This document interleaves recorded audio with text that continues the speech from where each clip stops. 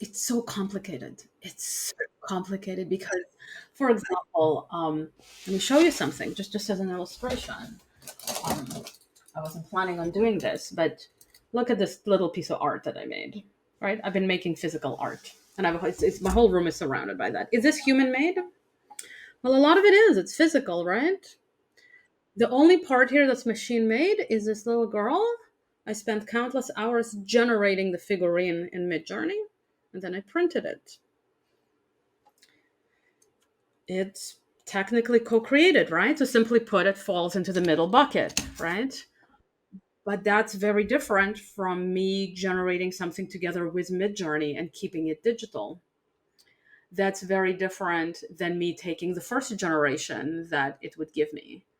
How different would it be if I took this figurine and modified her in Photoshop first? Is my song AI generated if all I generated was one line and then modified it and everything else I did myself? Is it completely different if every single line was inspired by AI? Is it okay if I did everything myself and then I fed it into Melody Studio and ended up coming up with a better hook? It's just, it's such a complicated, vast space. And personally, as somebody who is less focused on kind of the legal and copyright issues and more focused on enabling humans, and I don't want somebody to be afraid to use AI because somebody is going to think that they didn't work hard enough. I don't want somebody to not use Lyric Studio or Melody Studio or ChatGPT or Midjourney or even Suno because they're terrified of being discredited.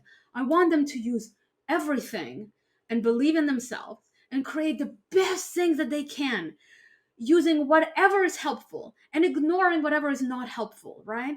Because in the end, this world, this revolution, the best thing it can do is it can push our creativity forward.